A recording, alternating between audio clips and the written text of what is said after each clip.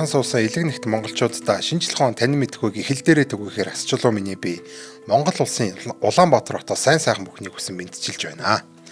Энэ удаагийн хамтран ажиллагчаар ажилд бэлэн чадвар сурын урайтай UFE Tech ажиллаж байна. За ингээд өнгөрсөн 7 хоногт техник технологийн ертөнцөөр сонир сайхан юутай байсан бэ гэдэг талаар мэдээлэл орцгоё. За 2026 оны 6 дугаар сарын 2-оос 6-нд энэ микрочипний эх орон гэгддэг Тайван улсын нийслэл Тайпей хотод энэ жил бүр болдгийн компьютерийн экспо Computex 2026 гэдэг арга хэмжээ болж байна. За уг арга хэмжээний онцлог зүйл нь бол алдарт одоо Nvidia GTC гэдэг арга хэмжээ л. За GTC Taipei 2026 гэдэг ийм арга хэмжээ бол энэ Computex дээр болж өнгөрсөн. За үүн дээр одоо Nvidia-гийн гүйцэтгэх захирал Jensen Huang-ийн илтгэл бол бүр үнэхээр анхаарал татгууц маш олон сонирхолтой зүйлүүдийг танилцуулсан байгаа. За мөн хажуугаар нь одоо энэ 5 дугаар 6 дугаар сарын 2-оос 3-ны хооронд Microsoft-ийн хөгжүүлэгч зориулсан жил бүр зохион байгуулагддаг Microsoft Build 2026 гэдэг энэ үйл ажиллагаа болж өнгөрлөө. За уг арга хэмжээнд болохоор мөн л бас сонирхолтой олон зүйлүүдийг бол шинэ бүтээгдэхүүнд бол танилцуулсан. За энэ дунд бол бас Nvidia-тай хамааралтай, Nvidia-гийн шинээр танилцуулсан зүйлүүдтэй, бүтээгдэхүүнүүдтэй хамааралтай маш сонирхолтой ийм зүйлүүд бас танилцуулсан. Маш сонирхолтой ийм арга хэмжээ олж авсан гөрлөө. За мөн одоо жижиг сажиг мэдээнүүд гэх юм бол энэ Anthropic компани Cloud Opus гэдэг хиймэл оюуны загвар байдаг. За энэнийхээ шин загвар болох Cloud Opus 4.8 гэдэг загвараа танилцуулсан. Мөн OpenAI компани Microsoft Office PowerPoint-ээр ажилладаг ChatGPT-г одоо шинэ гэх юм одоо ер нь бол өмнө ашиглаж ажилладаг байсан зүйлээ бол бас зүгээр бас танилцуулсан байсан. За энэ бүх мэдээллүүдийг илүү дэлгэрэнгүй хэдүүлээ ухаж орж үзцгээе. За GTC Taipei 2026 гэдэг арга хэмжээний хувьд бол хамгийн онцлог бүтээгдэхүүн ер нь бол өнөөдрийн баг мэдээний хамгийн онцлог зүйл бол энэ RTX Spark гэдэг ийм бүтээгдэхүүн байна. За RTX Spark гэхээр одоо өмнө нь бол DGX Spark гэдэг зүйлийг сонсч байсан бол гадарлаж иж магадгүй. За энэ бол цоо шин компьютерийн чипний архитектур бөгөөд одоо онцолж байгаа шалтгаан нь бол яагаад би ингэж онцлоод байгаа гэхээр хиймэл оюуны хувьд маш том гайхалтай ийм өөрчлөлтүүдийг хийсэн ийм архитектур байна. За ер нь бол цоо шин PC-ний 90 үеийг эхлүүлж байна гэдгийг зарласан.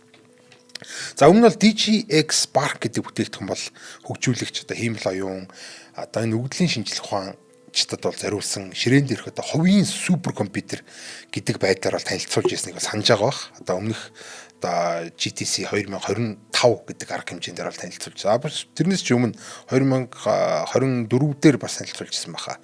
За орчин үеийн хиймэл оюуны хамгийн том асуудал нь мэдээ санахаа байдаг.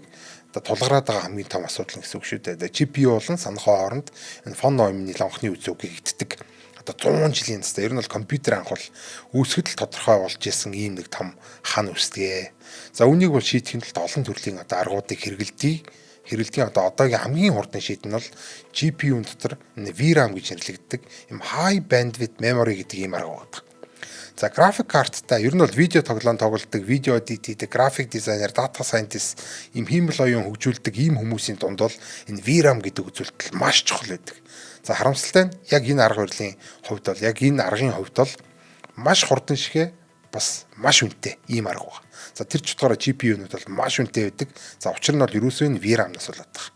За өөр нэг одоо энэ санахон ханыг эвдэлж байгаа одоо бас ингэж байхгүй болгох гэж оролдож байгаа орлогуудын нэг бол маш алдартай юм арга байгаа. Тэр бол Apple компани одоо сүүлийн үеийн гар утас болон таблет, лаптоп, компьютерүүдээр хэрэглэж байгаа энэ одоо чипүүд байна. За энийг бол Apple Silicon буюу A болон AIM гэдэг юм чипнүүд байгаа. Одоо жишээлбэл утаснд бол A-ийг ашиглаад AIM чипнүүдийг бол компьютер, лаптопод бол ашиглаад эхэлсэн байгаа шүү дээ. За энэ чипнүүдийн архитектур бол GPU, CPU, RAM бүгдээрингийн нэг чипэн дотор шарчдаг. За тэгээ хоорондын зайг нь ойртуулснараа хурд болон эрчим хүчний зарцуулалтыг гайхалтай сайжруулсан, нэмэгдүүлсэн ийм одоо арга байна. За энэ аргын одоо хамгийн сонирхолтой тал нь бол GPU нь бол тусдаа VRAM гэж байхгүй, CPU-тэйгээ дундаа ийм shared RAM буюу shared memory гэдэг юм ашигладаг.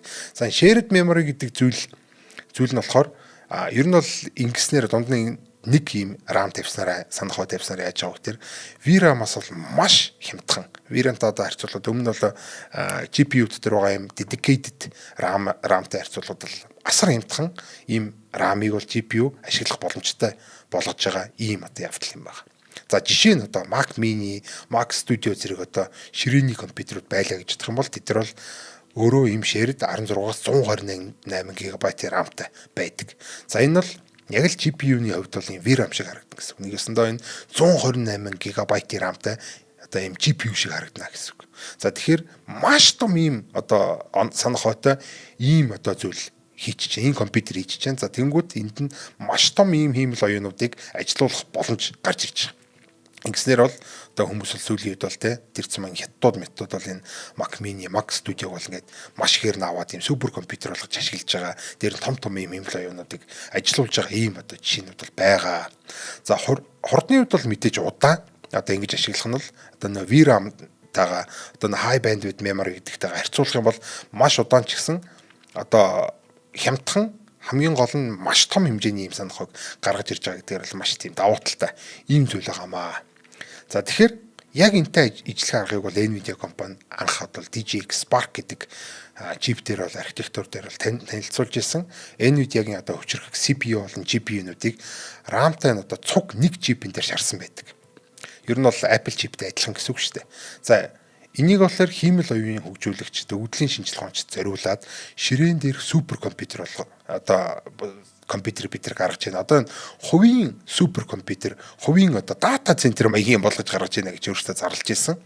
За тэгвэл энэ удаад бол RTX Spark гэдэг яг энэ одоо хүчин чадлыг нь одоо DGX Spark-ийн одоо энэ мэрэгжилтнүүдэд зориулсан хиймэл оюуны хөгжүүлэгч data scientist-ууд зориулсан энэ хэрэглээг ерөөсөө хүн бүрт зориулаад лаптоп дээр, десктоп дээр одоо тэр бүх төрлийн энэ жижиг том компьютерүүд дээр зориулаад гарах, ашиглах боломжтой болгож гаргаж байгаа нь одоо маш сонирхолтой, маш ийм гайхалтай юм зүйл болж байгаа.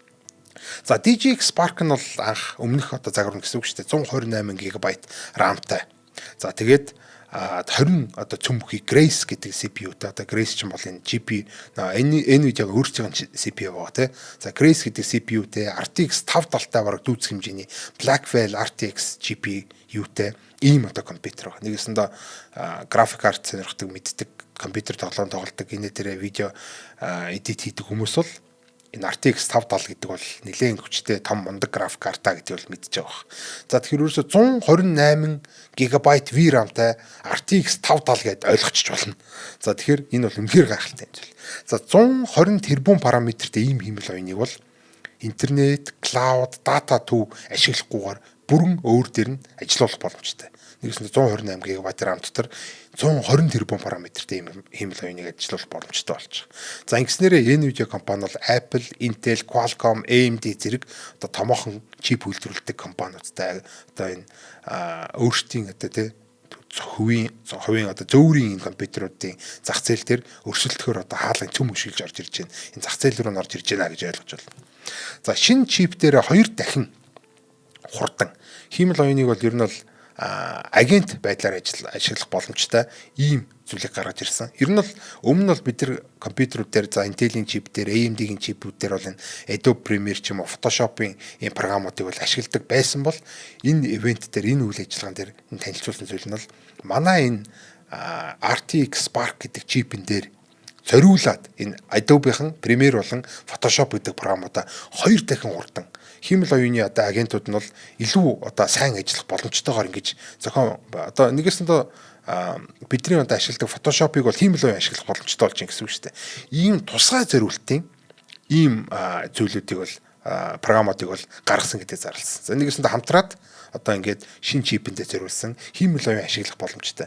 Хиймэл оюун ашиглах боломжтой гэдэг нь тэгж ойлгоорой. Ер нь бол хиймэл оюунд за чи Photoshop дээр нэг юм зургийг цалаадах юм бол тэр чинь хиймэл оюун ашиглахын тулд маш их одоо хүчин чармайлтай эсвэл сургалт шаарддаг бол ерөөсөө тэрэнд нь зориулаад ингээд хөгөлдсөн ийм Photoshop гэдээ ойлгож байна. Хиймэл оюунд зориулсан Photoshop гэдээ ойлгож байна. Ийм зүйл зарласан. Энэ бол үнэхээр гайхалтай одоо видео эдит хийдэг, зургийг одоо Photoshop эдит хийдэг, эсвэл одоо тэр фото зураг сонирхдаг хүмүүс үнэхээр гайхалтай юм зүйл болсон гэж би бол бодож байгаа. За ингэснээр зөвхөн хиймэл оюун өгдлийн шинжилгээ онцтаас гадна одоо график дизайнер, фото зурагчид, видео засварлагчид 3D програм дээр ажилладаг энэ хүмүүс бол энийг нь ашиглах боломжтой. Одоо TGX Spark, RTX Spark гэдэг чиптэй компьютеруудыг ашиглах боломжтой болж ин гэж ойлгох хэрэгтэй. За мэдээж одоо өндөр график карт чарддаг видео тоглоомуудыг ч гэсэн тоглох боломжтой гэдгийг бол бас харуулсан.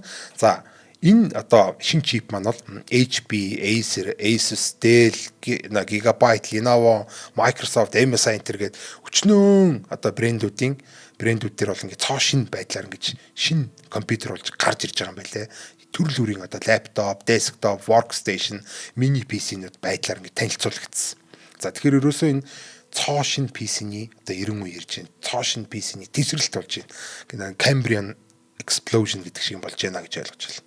За өмнөх GTC 2026 арга хэмжээнд дээр бол танилцуулсан шинэ CPU болгоно Vera гэдэг байгаа. Бас Vera Rubin гэдэг архитектур байгаа. За эднийг бол манайх бол ингээ үйлдвэрлэлд бүрэн оруулсан гэдгийг бас зарласан. Одоо нэгэсэндээ ийм том хэмжээний одоо дата төвөд зориулсан энэ шинэ чипүүдээ бол бид нар үйлдвэрлээд эхэлсэн гэсэн.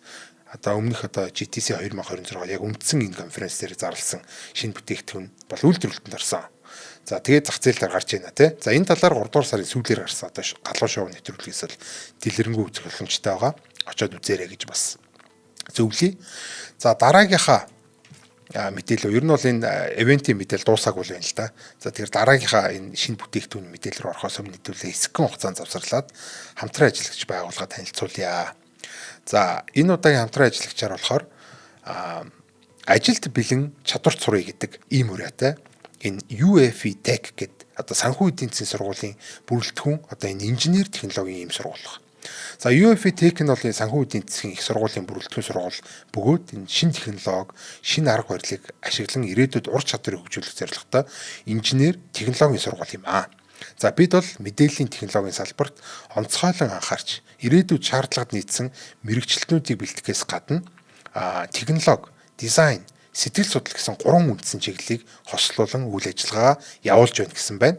За ямар ч хэлсэн хэрвээ одоо манайхан бол ийм ажилд бэлэн ийм чадваруудыг суралцъя. Дээрээс нь одоо энэ инженерийн, технологийн мэдлгүүдээ сайжруулаад дээрээс нь бүр ингээд дизайны болон сэтгэл судлалын энэ одоо мэдгэдэггүүнүүдийг нь аваад энэ ажилд бэлэн чадвар суралцъя гэх юм бол одоо ийшээ холбогдоор UEFI Tech гэдэг энэ санхүү эдийн засгийн сургуулийн дэргэдэх сургууль руу холбогдоор гэж одоо зөвлөж байна. За хаяг байршлын хувьд бол Б байр гэсэн байна. Одоо санхүү эдийн засгийн сургуулийн Б байр 4 давхарт Баянзүрх дүүргийн одоо 3 дугаар орон инх тайвны өргөн чөлөөнд гэсэн байна. За ийм 13381 гэдэг одоо шуудангийн кодтай Улаанбаатар 49 гэдэг ийм хаяг байна. За холбогдох утасны хувьд бол 99192846 гэдэг утсан дээр Хаширдан гэдэг хүн байгаа юм байна. 99-22340 гэдэг утсан дээр Тулга гэдэг хүн байгаа юм байна. 86868586 гэдэг дугаар дээр бол оргил гэдэг хүмүүс бол тус одоо та нартай холбогдоод нэмэлт мэдээлэл одоо өгөх гээд бэлэн байж байгаа юм байна шүү.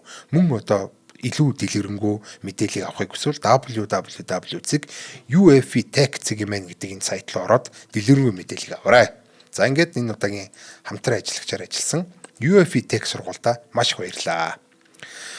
За мэдээг үргэлжлүүлээд хэлэхэд бол Taipei GTC Taipei 2026 гэдэг Тайванд болж байгаа ч гэж одоо болоод дууссан үйл ажиллагаан дээр танилцуулагдсан шинэ бүтээгдэхүүнийг танилцуулж байгаа.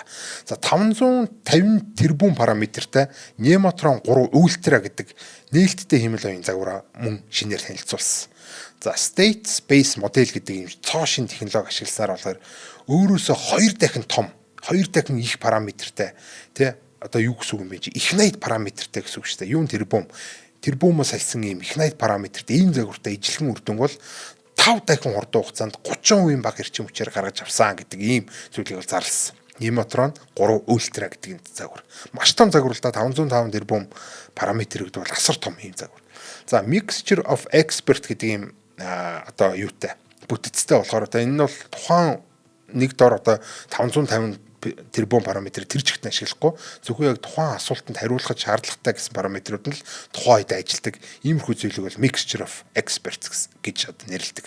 Ер нь бол дотор нь тухайн ажил болгонда маш сайн одоо ингэж бэлтгэгдсэн олон жижигхэн ийм модулууд байгаа гэж одоо ойлгож болно. Тэгээд тухайн асуулт хариулах үедээ яг тэрэнд одоо эксперт болсон тэр модельо жижигхэн ч гэсэн одоо тэрэн дээр хэнийг ч дагуулахааргүй мундаг байдаг ийм одоо модельудаа гаргаж ирээд ашигладаг ийм загвартай гэж хэлж болно. За тэгэхээр ийм mixture of expert гэдэг ийм загвар гэх юм уу? За одоо юу гэх юм те ийм технологиг ашигласан ийм загвар байгаа маа. За одоо бол Нямбатрон 4 дээр ажиллаж байгаа энэ төр гэдэг одоо өөртөө бас их гайхуулаа ярьж байгаа. Ямар ч хэлсэн одоо иймэрхүү шин нээлттэй хамгийн гол нь те нээлттэй гэдэг чинь одоо нэг сургацсан одоо параметрууд нээлттэй, хоёрт одоо үнгүй төлбөргүй ингээ ашиглах боломжтой. Өөрсдөө бид нар компьютер дээр өөрсдөө дата төвд одоо супер компьютерээр ашиглах боломжтой ийм зүйлээ гэсэн. За мөн Cosmos 3 гэдэг роботууд зориулсан бас дээрэс нь Alpamayo гэдэг одоо бас шин ийм загваруудыг ер нь бол Cosmos 3 нь бол роботууд зориулсан, Alpamayo 2 супер гэдэг нь автомашин одоо автомат жолоодлоготой автомашин зориулсан ийм бас нээлттэй ийм хэмлэлийн загваруудаа шинээр танилцуулсан байгаа. Мөн одоо цоо шинээр Alpha Gym гэдэг ийм автомашины жолоодлоготой машинуудыг сургадаг ийм орчныг бас танилцуулсан систем фреймворк гэж ярьдаг те ийм зүйлийг бол танилцуулсан. За эдгээр нь бол одоо мэдээж Cosmos 2 гэдэг өмнөх одоо загваруудаас илүү сайжирсан, илүү олон модоор ашигладаг болсон. За Alpamayo 2 супер гэдэг нь бол Alpamayo 1.5 гэдгээс бас илүү мундаг сайжирсан энтер гэсэн тиймэрхүү юмнууд бол танилцуулсан байгаа. За энэ одоо юуны GTC-ийн хувьд бол нэг иймэрхүү байна. За Microsoft Build 2026 бол бүр үнэхээр гайхалтай болж өнгөрсөн. Миний хувьд бол маш олон цоо шин ийм зүйлүүдийг танилцуулсан, шинэ бүтээгдэхүүнүүдийг танилцуулсан үнэхээр гайхалтай ийм арга хэмжээ боллоо гэж болоо би бол хувьдаа бол үзсэн. За тэгвэл энэ арга хэмжээний хувьд хамгийн сонирхолтой байсан хэсэг нь болохоор энэ өөрсдөө бүтээсэн шинэ Android үйлдвэрлэлийн системийг танилцуулсан баг. Тэгээ энэ бол нэлээд олон нийтийн анхаарлыг татсан ийм үйл явдал. Яагаад ингэж анхаарлыг татсан бэ гэхээр Microsoft гэдэг нэрийг сонсоор угаасаа Windows гэдэг үг шууд араас нь ороод ирдэг шүү дээ. Office Windows гэдэг. Тэгээд өөрсдөө ийм Windows гэдэг үйлдвэрлэлийн системтэй юм байжж шинээр үйлдвэрлэлийн системтэй танилцуулахдаа Google-ийн Android үйлдвэрлэлийн системийг ашиглаад Project Solara гэдэг ийм агентик үйлдвэрлэлийн системийг гаргаж ирж байгаа зарласан. За яагаад Windows ашигласан мөнгөө вэ те? Яагаад эдгээр ийм Android ашиглаж байгаа гэдэг хүмүүс бол их гайхсан. За ямар ч сан Project Solara гэдэг бол ер нь л агентик төвтэй ийм үйлдвэрлэлийн систем. Нэгэсэндээ үйлдвэрлэлийн систем за ямар ч сан энэ үйлдвэрлэлийн систем болохоор ямар нэгэн аппликейшн суулгахгүй. Дээр нь бол аппликейшн суулгахгүй зөвхөн хиймэл оюуны агентаар дамжуулан энэ үйлдвэрлэлийн системээ удирдах боломжтой. Цоо шин хэрэглээний арга барилыг бол санал болгож байгаа юм байлээ. За гар хөрөхгүйгээр гэдэг юм те. Ер нь бол тэрнтэйгээ ингээл дэлгэцэнд нь хүрээл ингээл гар кейборд маусанд хүрээд авах шаардлага байхгүй. Шууд одоо тухайн үйлдвэрлэлийн системтэй харилцаас гадна одоо энэ одоо дуу хоолойгоор харилцсан гэсэн үг шүү дээ тий. За тухайн үеийн нөхцөл байдал бүр зориулсан ийм дэлгэц UI явуудыг тухайн үед нь зурж одоо гаргаж ирж харуулдагаараа энэ аппликейшн суурьтай ухаалаг ийм утаснуудаас шал өөр юм байна гэдгийг бол харуулсан. Just in time UI гэдэг. За одоо бол бид нар бол дизайнеруудын тий одоо гар утсан дээр бол аль хэдийн дизайнеруудын урьдчилан бэлтгэсэн ийм UI-уудыг статик дэлгэцүүдийг ашиглаад аппликейшнтайгаа харилцдаг бол энэ удаад бид нар асуулт болгон зориулаад ер нь бол ийм UI-ууд нь тавчнууд нь одоо юу гэдэг бүх юмнууд нь өөрчлөгдөж ингээ харагдаад идэг тухайн үедээ зурагддаг ийм одоо сонирхолтой experience-ийг одоо туршлагыг бол бид нар санал болгож байна. За энийг бол нэг жижигхэн юм ажилтны үн шиг юм бяцхан төхөөрөмж дотор бол ажиллуулж туршиж үзүүлсэн. За энэ бол үнэхээр гайхалтай шинэлэг санагдсан.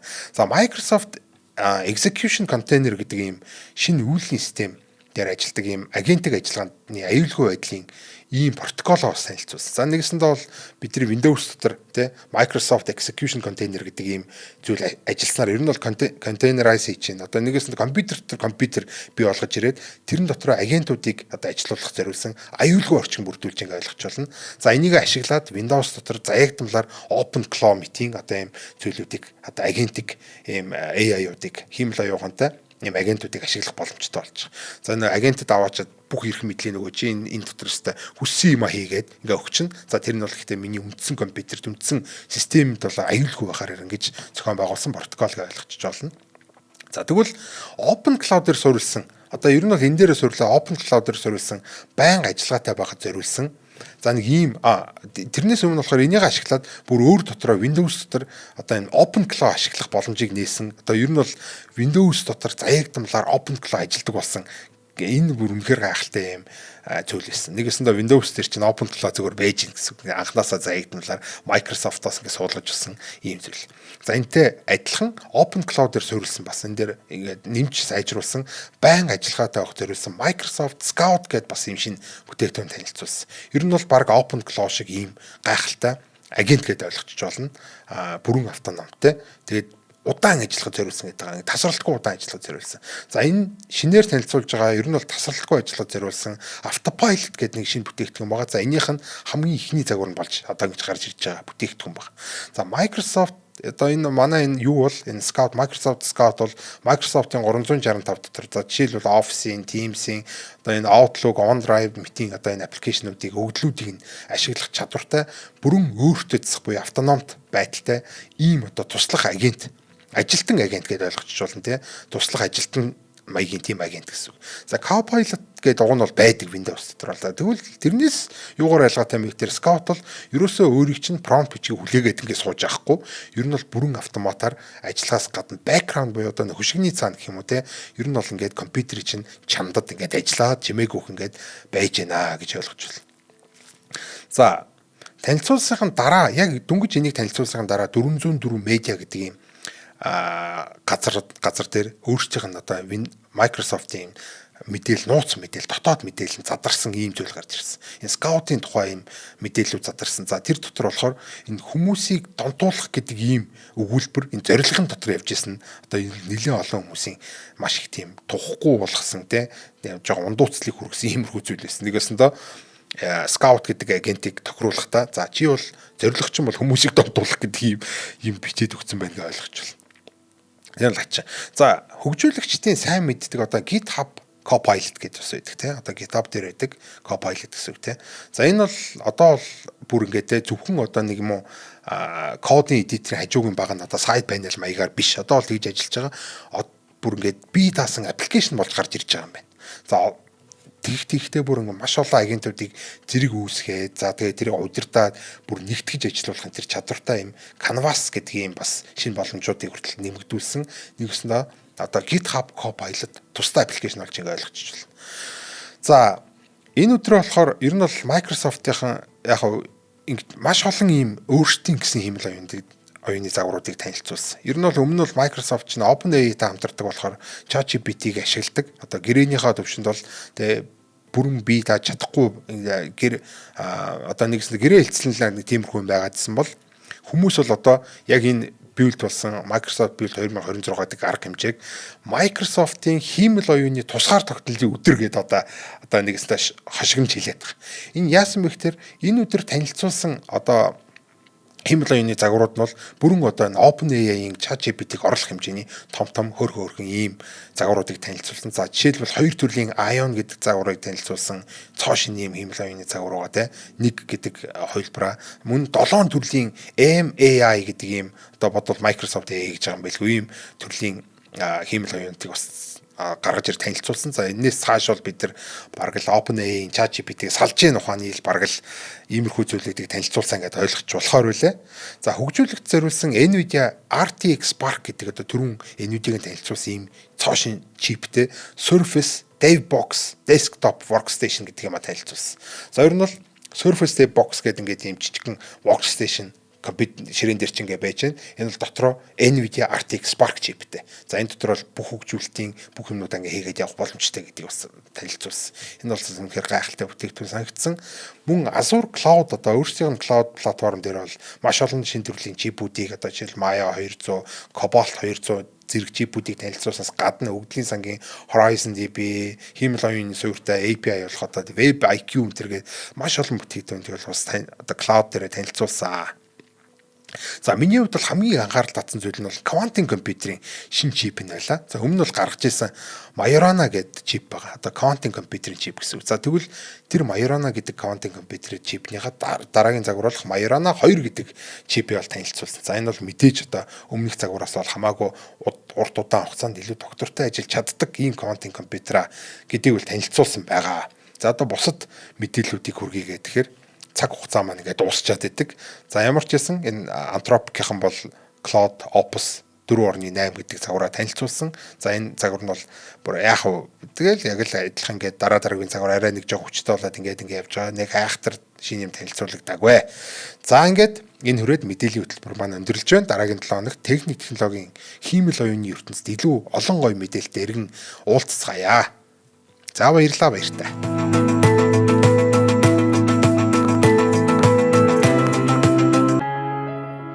Нэвтрүүлгийг хүлээн авсан Нарны аймгийн монголчуудтай баярлалаа.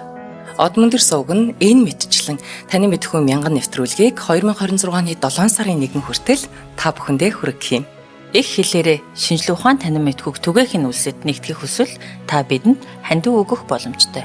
Жилдээ ганцхан удаа 100,000 төгрөгөөр биднийг дэмжснээр шинжлэх ухаан танин мэдхүйг түгээх энэ үйл хэрэг амжилттай үргэлжлэх юм. Од мөндөр нэр дээрх Худалдаа өвчлийн банкны дансгаа 4191 Тэг 4518. Та 100,000 төгрөгөөр шилжүүлэхдээ гүйлгээний утга дээр нь өөрийн нэр болон утасны дугаараа заавал бичээрэй. 100,000 төгрөг хандалснаар Од мөндөр сувгийн алтан гишүүн болох юм а. Шинжлэх ухаан танин мэдхгүй Монголд ялах болтугай.